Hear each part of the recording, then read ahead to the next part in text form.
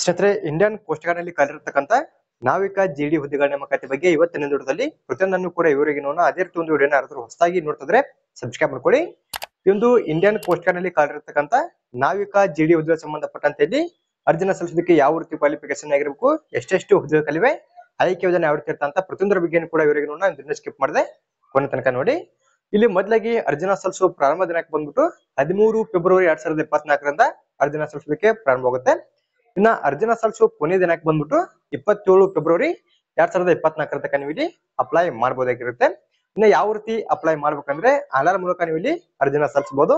ಒಂದು ಅಪ್ಲೈ ಮಾಡೋ ಲಿಂಕ್ ಕೂಡ ನಮ್ಮ ಟೆಲಿಗ್ರಾಮ್ ಗ್ರೂಪ್ ನಲ್ಲಿ ಹಾಕಿರ್ತೀನಿ. ಎಲಿಜಿಬಲ್ ಆಗಿರತಕ್ಕಂತ ಅಭ್ಯರ್ಥಿಗಳ ಆ ಒಂದು ಲಿಂಕ್ ಮೇಲೆ ಕ್ಲಿಕ್ ಮಾಡ್ಕೊಂಡು ಅರ್ಜಿನ ಸಲ್ಲಿಸಬಹುದು. ಇನ್ನಲ್ಲಿ ಅರ್ಜಿನ ಸಲ್ಲಿಸೋದಕ್ಕೆ ಯಾರೆಲ್ಲ ಎಲಿಜಿಬಲ್ ಆಗಿದಾರೆ ಅದರ ಬಗ್ಗೆ ಕೂಡ ಇವರಿಗೆ ನೋಡ್ತಗೋಣ. ಇಲ್ಲಿ ಕಲಿರ್ತಕ್ಕಂತ ಹುದ್ದೆಗೆ ಸಂಬಂಧಪಟ್ಟಂತೆ ಯಾರೆಲ್ಲ ಅರ್ಜಿನ ಸಲ್ಲಿಸಬಹುದು ಅಂದ್ರೆ ಪುರುಷ ಅಭ್ಯರ್ಥಿಗೆ ಮಾತ್ರ ಇಲ್ಲಿ ಅಪ್ಲೈ ಮಾಡಬಹುದು. ಇಲ್ಲಿ ಮೇಲ್ಗಡೆ ಕೂಡ ಅವರು ಕೊಟ್ಟಿರುವಂತದ್ದು ಪುರುಷರು ಮಾತ್ರ ಇಲ್ಲಿ ಅಪ್ಲೈ ಮಾಡಬಹುದು. ಇನ್ನು ಪೋಸ್ಟ್ ನೇಮ್ ಬಂದ್ಬಿಟ್ಟು ನಾವಿಕ ಜನರಲ್ ಡ್ಯೂಟಿ ಅಂತ ಒಂದು ಪೋಸ್ಟ್ ನೇಮ್ ಆಗಿರುತ್ತೆ. ಇನ್ನ ಅರ್ಜಿನ ಸಲ್ಲಿಸೋದಕ್ಕೆ ಯಾವ ರೀತಿ ಕ್ವಾಲಿಫಿಕೇಶನ್ ಆಗಿರ್ಬೇಕಂದ್ರೆ ಇಲ್ಲಿ PUC ಪಾಸ್ ಆಗಿರತಕ್ಕಂತ ಅಭ್ಯರ್ಥಿಗಳ ಅರ್ಜಿನ ಸಲ್ಲಿಸಬಹುದು. ಇನ್ನ PUC ಅಲ್ಲಿ ನೀವು ಮ್ಯಾಥ್ಸ್ ಮತ್ತು ಫಿಸಿಕ್ಸ್ ಸಬ್ಜೆಕ್ಟ್ ಪಾಸ್ ಆಗಿರ್ಬೇಕಾಗುತ್ತೆ. ಪಾಸ್ ಆದವರು ಅಪ್ಲೈ ಮಾಡಬಹುದು. ಇನ್ನ ಇಲ್ಲಿ ಬೋರ್ಡ್ ನೇಮ್ ಕೂಡ ಕೊಡಿದ್ರೆ CO BSc ಬೋರ್ಡ್ ಇಂದ ಪಾಸ್ ಆಗಿರತಕ್ಕಂತ ಅಭ್ಯರ್ಥಿಗಳ ಈ ಒಂದು ನಾವಿಕ ಜಿಡಿ ಹುದ್ದೆಗೆ ಸಂಬಂಧಪಟ್ಟಂತೆ ಅಪ್ಲೈ ಮಾಡಬಹುದು. ಕ್ವಾಲಿಫಿಕೇಶನ್ ಬಗ್ಗೆ ಗೊತ್ತಾಗಿದೆ ಅಂತ ಅನ್ಕೋತೀನಿ.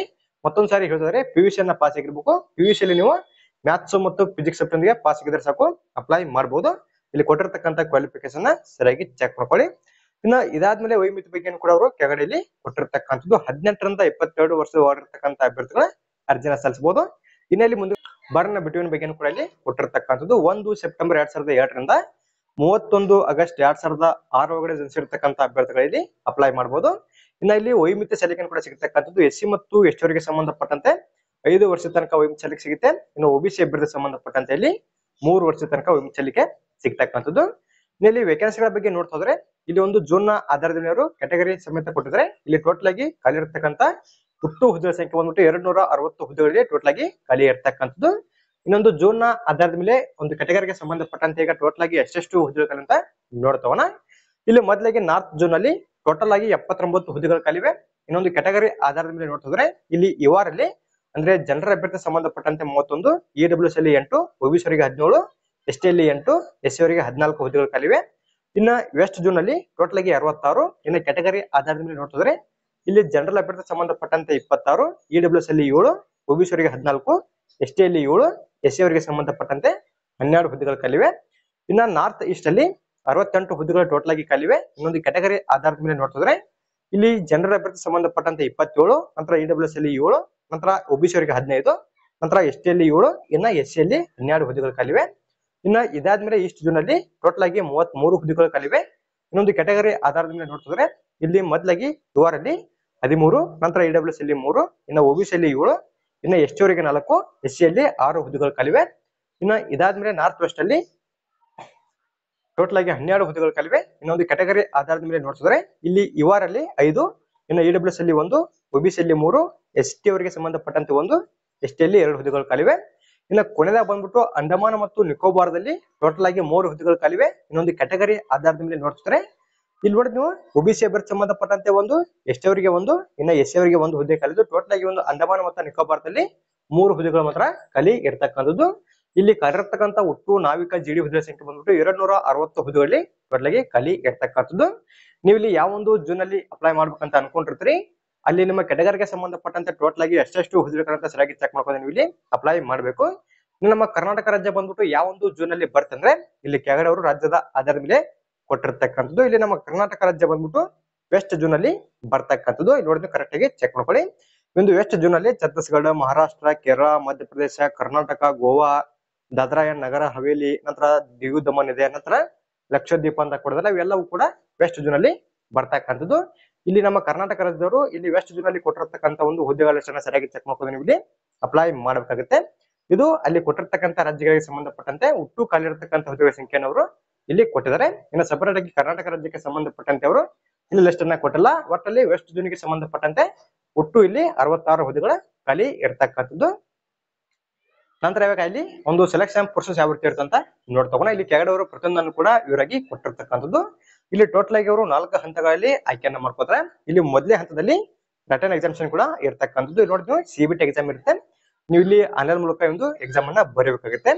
ಇನ್ನಲ್ಲಿ ಕೆಳಗಡೆ ಅವರು ಪ್ರತಿಯೊಂದನ್ನು ಕೂಡ ಕೊಟ್ಟಿರ್ತಕ್ಕಂಥದ್ದು ಡಾಕ್ಯುಮೆಂಟ್ ವೆರಿಫಿಕೇಶನ್ ಅಂತ ಕೊಡಿದ್ರೆ ಇಲ್ಲಿ ಸ್ಟೇಜ್ ಫಸ್ಟ್ ಅಲ್ಲಿ ಕಂಪ್ಯೂಟರ್ ಬೇಸ್ಡ್ ಎಕ್ಸಾಮಿನೇಷನ್ ಇರುತ್ತೆ. ಇಲ್ಲಿ ನೀವು ಒಂದು ಎಕ್ಸಾಮ್ಗೆ ಅಟೆಂಡ್ ಆಗ್ಬೇಕಾದ್ರೆ ಯಾವ ಒಂದು ಐಡಿ ಪ್ರೂಫ್ ಅನ್ನ ತಗೊಂಡು ಅಟೆಂಡ್ ಆಗ್ಬೇಕಂತ ಕೂಡ ಇಲ್ಲಿ ಕೆಳಗಡೆ ಅವರು ಕೊಟ್ಟಿರುವಂತದ್ದು. ಇವಾಗ ಮುಖ್ಯವಾಗಿ ಒಂದು ಎಕ್ಸಾಮಿನೇಷನ್ ಯಾವ ರೀತಿ ಇರುತ್ತೆ ಅಂತ ನಾವು ಡೈರೆಕ್ಟ್ ಆಗಿ ಇಲ್ಲಿ ನೋಡ್ತಗೋಣ. ಇಲ್ಲಿ ಕೆಳಗಡೆ ಅವರು ಒಂದು ಎಕ್ಸಾಮಿನೇಷನ್ ಬಗ್ಗೆ ಕೂಡ ಕೊಟ್ಟಿರ್ತಕ್ಕಂಥದ್ದು. ಇಲ್ಲಿ ನೋಡಿದ್ರೆ ಯಾವ ರೀತಿ ಸಿಲೆಬಸ್ ಇರುತ್ತೆ, ಎಷ್ಟೆಷ್ಟು ಮಾರ್ಕ್ಸ್ಗೆ ನೀವು ಒಂದು ಎಕ್ಸಾಮ್ ಅನ್ನ ಬರಬೇಕಾಗುತ್ತೆ ಅಂತ ಹೇಳಿ ಅವರು ಪ್ರತಿಯೊಂದನ್ನು ಕೂಡ ಇವರಿಗೆ ಕೊಟ್ಟಿರ್ತಕ್ಕಂಥದ್ದು. ಯಾರೆಲ್ಲ ಅರ್ಜಿನ ಸಲ್ಲಿಸಬೇಕಂತ ಅನ್ಕೊಂಡಿರ್ತಾರಲ್ಲ ಇಲ್ಲಿ ಕೆಳಗಡೆ ಕೊಟ್ಟಿರ್ತಕ್ಕಂಥ ಒಂದು ಸಿಲೆಬಸ್ ಅನ್ನ ಸರಿಯಾಗಿ ಚೆಕ್ ಮಾಡ್ಕೊಂಡು ನೀವು ಇಲ್ಲಿ ಅಪ್ಲೈ ಮಾಡಬೇಕಾಗುತ್ತೆ. ಇಲ್ಲಿ ನೋಡಿದ್ ನೀವು ಟೋಟಲ್ ಆಗಿ 60 ಮಾರ್ಕ್ಸ್ಗೆ ನೀವು ಒಂದು ಎಕ್ಸಾಮ್ ಅನ್ನ ಇಲ್ಲಿ ಬರೆಯಬೇಕಾಗುತ್ತೆ. ಇನ್ನೊಂದು ಎಕ್ಸಾಮಿನೇಷನ್ ಟೈಮಿಂಗ್ ಬಂದ್ಬಿಟ್ಟು 45 ನಿಮಿಷ ನಿಮಗೆ ಕಾಲಾವಕಾಶ ಇರುತ್ತೆ. ಟೋಟಲ್ ಆಗಿ 60 ಕ್ವಶನ್ಸ್ ಇರುತ್ತೆ. 60 ಮಾರ್ಕ್ಸ್ಗೆ ನೀವು ಒಂದು ಎಕ್ಸಾಮ್ ಅನ್ನ ಇಲ್ಲಿ ಬರೆಯಬೇಕಾಗುತ್ತೆ. ಇನ್ನೊಂದು ಸೆಕ್ಷನ್ ನ ಆಧಾರದ ಮೇಲೆ ಕೂಡ ಅವರು ಇಲ್ಲಿ ಸಬ್ಜೆಕ್ಟ್ ಗೆ ಸಂಬಂಧಪಟ್ಟಂತೆ ಟೋಟಲ್ ಆಗಿ ಎಷ್ಟೆಷ್ಟು ಮಾರ್ಕ್ಸ್ಗೆ ನೀವು ಒಂದು ಎಕ್ಸಾಮ್ ಅನ್ನ ಬರೆಯಬೇಕಾಗುತ್ತೆ ಅಂತ ಕೂಡ ಅವರು ಕೊಟ್ಟಿರ್ತಕ್ಕಂಥದ್ದು. ಇಲ್ಲಿ ಮ್ಯಾಥ್ಸ್ ಗೆ ಸಂಬಂಧಪಟ್ಟಂತೆ 20, ಸೈನ್ಸ್ ಗೆ 10, ಇಂಗ್ಲಿಷ್ ಗೆ 15 ಮತ್ತೆ ರೀಸನಿಂಗ್ ಗೆ 10, ಇನ್ನು ಜಿಕೆ ಗೆ ಸಂಬಂಧಪಟ್ಟಂತೆ 5 ಪ್ರಶ್ನೆಗಳು ಬರುತ್ತೆ ಅಂತ ಅವರು ಇಲ್ಲಿ ಸ್ಯಾನಲ್ಲಿ ಕೂಡ ಕೊಟ್ಟಿರ್ತಕ್ಕಂಥದ್ದು.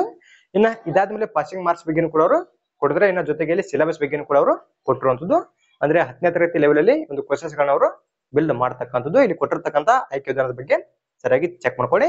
ಇನ್ನ ಸೆಕ್ಷನ್ 2 ಕೂಡ ರಿಟನ್ ಟೆಸ್ಟ್ ಇರುತ್ತೆ. ಇಲ್ಲಿ ನೋಡಿ ಇಲ್ಲಿ ಯಾವ ರೀತಿ ಟೆಸ್ಟ್ ಇರ್ತದ್ರೆ ಇಲ್ಲಿ 50 ಮಾರ್ಕ್ಸ್ಗೆ ನೀವು ಒಂದು ಎಕ್ಸಾಮ್ ಅನ್ನ ಬರೆಯಬೇಕಾಗುತ್ತೆ. ಇಲ್ಲಿ ಎಕ್ಸಾಮಿನೇಷನ್ ಟೈಮಿಂಗ್ ಬಂದ್ಬಿಟ್ಟು 30 ನಿಮಿಷ ಇರುತ್ತೆ. ಇನ್ನೊಂದು ಎಕ್ಸಾಮ್ ಗೆ ಯಾವ ರೀತಿ ಸಿಲೆಬಸ್ ಬರ್ತಂದ್ರೆ ಮ್ಯಾಥ್ಸ್ ಗೆ ಸಂಬಂಧಪಟ್ಟಂತೆ 25, ಇನ್ನ ಫಿಸಿಕ್ಸ್ ಗೆ ಸಂಬಂಧಪಟ್ಟಂತೆ 25 ಕ್ವಶನ್ಸ್ ಬರುತ್ತೆ. ಟೋಟಲ್ ಆಗಿ 50 ಕ್ವಶನ್ಸ್ 30 ನಿಮಿಷದಲ್ಲಿ ನೀವು ಒಂದು ಎಕ್ಸಾಮ್ ಅನ್ನ ಇಲ್ಲಿ ಬರೆಯಬೇಕಾಗುತ್ತೆ. ನೋಡಿದ್ರೆ ಟೈಮ್ ಅಂತ ಕೊಡಿದ್ರೆ 30 ನಿಮಿಷಗಳ ಕಾಲಾವಕಾಶ ನಿಮಗೆ ಇಲ್ಲಿ ಅವಕಾಶ ಕೂಡ ಇರ್ತಕ್ಕಂಥದ್ದು. ಇನ್ನ ಒಂದು ಕ್ವಶನ್ಸ್ ಗಳು ಯಾವ ಒಂದು ಬೇಸ್ ಮೇಲೆ ಬರ್ತಾವ ಅಂದ್ರೆ PVC ಬೇಸ್ ಮೇಲೆ ಒಂದು ಕ್ವಶನ್ಸ್ ಗಳಲ್ಲಿ ಬರ್ತಕ್ಕಂಥದ್ದು. ಇದಕ್ಕೂ ಮುಂಚೆ ಫಸ್ಟ್ ಸ್ಟೇಜ್ ಅಲ್ಲಿ 10ನೇ ತರಗತಿ ಲೆವೆಲ್ ಅಲ್ಲಿ ಕ್ವಶನ್ಸ್ ಗಳು ಬಿಲ್ಡ್ ಮಾಡಿರ್ತಾರ. ಇನ್ನ 2ನೇ ಲೆವೆಲ್ ಅಲ್ಲಿ ಕೂಡ ರಿಟನ್ ಟೆಸ್ಟ್ ಇರುತ್ತೆ. ಒಂದು ರಿಟನ್ ಟೆಸ್ಟ್ ಗೆ ಬರ್ತಕ್ಕಂಥ ಕ್ವಶನ್ಸ್ ಗಳು ಬಂದ್ಬಿಟ್ಟು PVC ಲೆವೆಲ್ ಅಲ್ಲಿ ಒಂದು ಕ್ವಶನ್ಸ್ ಗಳನ್ನ ಅವರು ತೆಗೆಯುವಂತದ್ದು. ಇಲ್ಲಿ ಏನೋ ಪಾಸಿಂಗ್ ಮಾರ್ಕ್ಸ್ ಬಗ್ಗೆ ಕೂಡ ಅವರು ಕೊಟ್ಟಿದ್ದಾರೆ. ಒಂದು ಕ್ಯಾಟಗರಿ ಆಧಾರದ ಮೇಲೆ ಕೊಟ್ಟಿರ್ತಕ್ಕಂಥ ಒಂದು ಸಿಲೆಬಸ್ ಬಗ್ಗೆ ಸರಿಯಾಗಿ ಚೆಕ್ ಮಾಡ್ಕೊಳ್ಳಿ. ಇನ್ನ ಕೆಳಗಡೆಯಲ್ಲಿ ನಾರ್ಮಲೈಸೇಷನ್ ಬಗ್ಗೆ ಕೂಡ ಅವರು ಕೊಟ್ಟಿರ್ತಕ್ಕಂಥದ್ದು. ಒಂದು ನಾರ್ಮಲೈಸೇಷನ್ ಅವರು ಯಾವ ರೀತಿ ಮಾಡ್ತೀವಿ ಅಂತ ಇಲ್ಲಿ ಪರವಲು ಕೂಡ ಕೊಟ್ಟಿರುವಂತದ್ದು. ಇಲ್ಲಿ ಕೊಟ್ಟಿರ್ತಕ್ಕಂಥ ಒಂದು ನಾರ್ಮಲೈಸೇಷನ್ ಬಗ್ಗೆ ಸರಿಯಾಗಿ ಚೆಕ್ ಮಾಡ್ಕೊಳ್ಳಿ. ಇನ್ನ ಸ್ಟೇಜ್ 2 ಅಲ್ಲಿ ಕೂಡ ಒಂದು ಕಂಪ್ಯೂಟರ್ ಬೇಸ್ಡ್ ಎಕ್ಸಾಮ್ ಇರುತ್ತೆ. ಒಂದು ಎಕ್ಸಾಮ್ ಗೆ ಸಂಬಂಧಪಟ್ಟಂತೆ ಕೂಡ ಯಾವ ರೀತಿ ಸಿಲೆಬಸ್ ಇರುತ್ತೆ ಅಂತ ಅವರು ಮೇಲ್ಗಡೆಯಲ್ಲಿ ಕೊಟ್ಟಿದ್ರು. ಇನ್ನ ಫಿಸಿಕಲ್ ಫಿಟ್ನೆಸ್ ಟೆಸ್ಟ್ ಬಗ್ಗೆ ಕೂಡ ಇಲ್ಲಿ ಕೊಟ್ಟಿರ್ತಕ್ಕಂಥದ್ದು. ಇಲ್ಲಿ ಯಾವ ರೀತಿ ಫಿಸಿಕಲ್ ಇರುತ್ತೆ ಅಂದ್ರೆ ಇಲ್ಲಿ 1.6 ಕಿಲೋಮೀಟರ್ ನೀವು ಇಲ್ಲಿ 7 ನಿಮಿಷಗಳಲ್ಲಿ ಕಂಪ್ಲೀಟ್ ಮಾಡಬೇಕಾಗುತ್ತೆ. ಇನ್ನ 20 ಸ್ಕ್ವಾಟ್ಸ್ ಇರುತ್ತೆ. ಇನ್ನ 10 ಪುಷಪ್ಸ್ ಕೂಡ ಇಲ್ಲಿ ಇರ್ತಕ್ಕಂಥದ್ದು. ಅಂದ್ರೆ ಇಲ್ಲಿ 20 ಉತ್ತಕ್ ಬೆತ್ತಕನ್ನು ಕೂಡ ಇಲ್ಲಿ ಇರುವಂತದ್ದು. ಇನ್ನ ಇದಾದ್ಮೇಲೆ ಇಲ್ಲಿ ಕೆಳಗಡೆ ಅವರು ಡಾಕ್ಯುಮೆಂಟ್ ವೆರಿಫಿಕೇಶನ್ ಬಗ್ಗೆ ಕೂಡ ಕೊಟ್ಟಿರುವಂತದ್ದು. ಅಂದ್ರೆ ನೀವು ಇಲ್ಲಿ ಫಿಸಿಕಲ್ ಗೆ ಅಟೆಂಡ್ ಆಗಿರ್ತಲ್ಲ ಇವಾಗ ನಿಮ್ಮ ಡಾಕ್ಯುಮೆಂಟ್ ವೆರಿಫಿಕೇಶನ್ ಕೂಡ ಇಲ್ಲಿ ಇರುವಂತದ್ದು. ಇನ್ನ ಡಾಕ್ಯುಮೆಂಟ್ ವೆರಿಫಿಕೇಶನ್ ಆದ್ಮೇಲೆ ಡೈರೆಕ್ಟ್ ಆಗಿ ಮುಂದಿನ ಹಂತದಲ್ಲಿ ಮೆಡಿಕಲ್ ಎಕ್ಸಾಮಿನೇಷನ್ ಕೂಡ ಇಲ್ಲಿ ಇರ್ತಕ್ಕಂಥದ್ದು. ಇಲ್ಲಿ ಕೊಟ್ಟಿರ್ತಕ್ಕಂಥ ಒಂದು ಆಯ್ಕೆ ವಿಧಾನದ ಬಗ್ಗೆ ಸರಿಯಾಗಿ ಚೆಕ್ ಮಾಡ್ಕೊಳ್ಳಿ. ಇನ್ನ ಈ ಒಂದು ಇಂಡಿಯನ್ ಕ್ವಶನ್ ಅಲ್ಲಿ ಕಲಿತಿರ್ತಕ್ಕಂಥ ಸಂಬಂಧಪಟ್ಟಂತೆ ಯಾರೆಲ್ಲ ಅರ್ಜಿನ ಸಲ್ಲಿಸಬೇಕಂತ ಅನ್ಕೊಂಡಿರ್ತಾರಲ್ಲ ಇಂದು ನೋಟಿಫಿಕೇಶನ್ ಕೊಟ್ಟಿರ್ತಕ್ಕಂಥ ಪ್ರತಿಯೊಂದು ಮಾಹಿತಿನೂ ಕೂಡ ಸರಿಯಾಗಿ ಓದ್ಕೊಂಡು ಅರ್ಜಿನ ಸಲ್ಲಿಸಿ. ಇನ್ನು ನೀವು ಇಲ್ಲಿ ಯಾವ ರೀತಿ ಅಪ್ಲೈ ಮಾಡ್ಬೇಕಂದ್ರೆ ಆನ್ಲೈನ್ ಮೂಲಕ ನೀವು ಇಲ್ಲಿ ಅಪ್ಲೈ ಮಾಡಬಹುದು. ಅರ್ಜಿನ ಸಲ್ಲಿಸೋ ಪ್ರಾರಂಭ ದಿನಾಂಕ ಬಂದ್ಬಿಟ್ಟು 13ನೇ ತಾರೀಕಿನಿಂದ ಸ್ಟಾರ್ಟ್ ಆಗುತ್ತೆ, ಫೆಬ್ರವರಿ 13ನೇ ತಾರೀಕಿನಿಂದ. ಇನ್ನ ಲಾಸ್ಟ್ ಡೇಟ್ ಬಂದ್ಬಿಟ್ಟು ಫೆಬ್ರವರಿ 27ನೇ ತಾರೀಕಿನ ತನಕ ನೀವು ಇಲ್ಲಿ ಅಪ್ಲೈ ಮಾಡಬಹುದು. ಇಲ್ಲಿ ಅರ್ಜಿನ ಸಲ್ಲಿಸೋದಕ್ಕೆ ಬಹಳ ದಿನಗಳ ಅವಕಾಶ ಇರೋದಿಲ್ಲ. ಒಂದು ಕ್ವಾಲಿಫಿಕೇಶನ್ ಆಗಿರತಕ್ಕಂಥ ಅಭ್ಯರ್ಥಿಗಳು ಫೆಬ್ರವರಿ 13ನೇ ತಾರೀಕಿನಿಂದ ಫೆಬ್ರವರಿ 27ನೇ ತಾರೀಕಿನ ತನಕ ನೀವು ಇಲ್ಲಿ ಅಪ್ಲೈ ಮಾಡಬಹುದು. ಇಲ್ಲಿ ಕೆಳಗಡೆ ಕೊಟ್ಟಿರ್ತಕ್ಕಂಥ ಆಫೀಸ್ ವೆಬ್ಸೈಟ್ ಮೂಲಕ ನೀವು ಇಲ್ಲಿ ಅಪ್ಲೈ ಮಾಡಬಹುದಾಗಿರುತ್ತೆ. ಈ ಒಂದು ಲಿಂಕ್ ಕೂಡ ನಮ್ಮ ಟೆಲಿಗ್ರಾಮ್ ಗ್ರೂಪ್ ಅಲ್ಲಿ ಹಾಕಿರ್ತೀನಿ. ಎಲಿಜಿಬಲ್ ಆಗಿರತಕ್ಕಂಥ ಒಂದು ಅಭ್ಯರ್ಥಿಗಳ ಒಂದು ಲಿಂಕ್ ಮೇಲೆ ಕ್ಲಿಕ್ ಮಾಡ್ಕೊಂಡು ಅರ್ಜಿನ ಸಲ್ಲಿಸಬಹುದು. ಜೊತೆಗೆ ಒಂದು ನೋಟಿಫಿಕೇಶನ್ ಕೂಡ ಹಾಕಿರ್ತೀನಿ. ಇನ್ನಷ್ಟು ಹೆಚ್ಚಿನ ಮಾಹಿತಿನ ತಿಳ್ಕೊಂಡು ಇಲ್ಲಿ ಕಾಲಿರತಕ್ಕಂಥ ಹುದ್ದೆಗೆ ಸಂಬಂಧಪಟ್ಟಂತೆ ನೀವು ಇಲ್ಲಿ ಅಪ್ಲೈ ಮಾಡಬಹುದಾಗಿರುತ್ತೆ. ಅದೇ ರೀತಿ ಒಂದು ಮಾಹಿತಿ ವಿಷಯದಲ್ಲಿ ನಮ್ಮ ಚಾನಲ್ ಸಬ್ಸ್ಕ್ರೈಬ್ ಮಾಡಿ ಲೈಕ್ ಮಾಡಿ ನಿಮ್ಮ ಸ್ನೇಹಿತರು ಕೂಡ ಶೇರ್ ಮಾಡಿ ಅವರು ಕೂಡ ಒಂದು ಹುದ್ದೆಗೆ ಇಲ್ಲಿ ಅರ್ಜಿನ ಸಲ್ಲಿಸಲಿ. ಇನ್ನಲ್ಲಿ ಎಕ್ಸಾಮಿನೇಷನ್ ಫೀ ಕೂಡ ಇರತಕ್ಕಂಥದ್ದು. ಯಾವ ರೀತಿ ಎಕ್ಸಾಮಿನೇಷನ್ ಫೀ ಇರ್ತಂತ ಇವರಿಗೆ ತಿಳಿಸ್ಕೊಡ್ತೀನಿ. ಈಗ ಇಲ್ಲಿ ನೋಡಿ ಕೆಳಗಡೆ ಅವರು ಕೊಟ್ಟಿರ್ತಕ್ಕಂಥದ್ದು ಇಲ್ಲಿ ST ಮತ್ತು ST ಅವರನ್ನ ಹೊರತುಪಡಿಸಿ ಮುಖ್ಯವಾದ ಎಲ್ಲಾ ಅಭ್ಯರ್ಥಿ ಸಂಬಂಧಪಟ್ಟಂತೆ 300 ರೂಪಾಯಿ ಎಕ್ಸಾಮಿನೇಷನ್ ಫೀ ಇರುತ್ತೆ. ಇಂದು 300 ರೂಪಾಯಿ ಎಕ್ಸಾಮಿನೇಷನ್ ಫೀನ ನೀವು ಇಲ್ಲಿ ಆನ್ಲೈನ್ ಮೂಲಕ ಅರ್ಜಿನ ಸಲ್ಲಿಸಾಗಲೇ ಪೇ ಮಾಡಬೇಕಾಗುತ್ತೆ. ಇನ್ನು ಸ್ಯಾಲರಿ ಯಾವ ರೀತಿ ಇರ್ತಂದ್ರೆ ನಿಮಗೆ ಸ್ಟಾರ್ಟಿಂಗ್ ಸ್ಯಾಲರಿ ಬಂದ್ಬಿಟ್ಟು 21,700 ರೂಪಾಯಿಂದ ನಿಮಗೆ ಸ್ಟಾರ್ಟಿಂಗ್ ಸ್ಯಾಲರಿ ಕೂಡ ಇಲ್ಲಿ ಸಿಗ್ತಕ್ಕಂಥದ್ದು. ಇಲ್ಲಿ ಕಾಲಿರತಕ್ಕಂಥ ಒಂದು ಹುದ್ದೆಗೆ ಸಂಬಂಧಪಟ್ಟಂತೆ ಯಾರೆಲ್ಲ ಅರ್ಜಿನ ಸಲ್ಲಿಸಬೇಕಂತ ಅನ್ಕೊಂಡಿರ್ತಾರಲ್ಲ ಇಲ್ಲಿ ಪ್ರತಿಯೊಂದರ ಬಗ್ಗೆನೂ ಕೂಡ ಅವರು ಇವರಾಗಿ ಕೊಟ್ಟಿರ್ತಕ್ಕಂಥದ್ದು. ಇಲ್ಲಿ ನೋಡಿದ್ರೆ ಸ್ಟೇಜ್ ಫಸ್ಟ್ ಅಲ್ಲಿ ಒಂದು ರಿಟನ್ ಟೆಸ್ಟ್ ಇರುತ್ತೆ. ಒಂದು ರಿಟನ್ ಟೆಸ್ಟ್ ಯಾವ ಒಂದು ಮಂತ್ ಅಲ್ಲಿ ಬರಬಹುದು, ಮತ್ತೆ ಇಲ್ಲಿ ಸ್ಟೇಜ್ 2 ಅಲ್ಲಿ ಇರ್ತಕ್ಕಂಥ ರಿಟನ್ ಟೆಸ್ಟ್ ಯಾವ ಒಂದು ಮಂತ್ ಅಲ್ಲಿ ಬರಬಹುದು ಅಂತ ಅವರು ಪ್ರತಿಯೊಂದನ್ನು ಕೂಡ ಇಲ್ಲಿ ಮೆನ್ಷನ್ ಮಾಡಿದ್ರೆ ಇಲ್ಲಿ ಕೊಟ್ಟಿರ್ತಕ್ಕಂಥ ಒಂದು ಶೆಡ್ಯೂಲ್ ಸರಿಯಾಗಿ ಚೆಕ್ ಮಾಡ್ಕೊಂಡು ನೀವು ಇಲ್ಲಿ ಕಾಲಿರತಕ್ಕಂಥ ಸಂಬಂಧಪಟ್ಟಂತೆ ಅಪ್ಲೈ ಮಾಡಬಹುದು. ಅದೇ ರೀತಿ ಮತ್ತೆ ಮುಂದಿನ ಭೇಟಿ ಆಗೋಣ. Thanks for watching.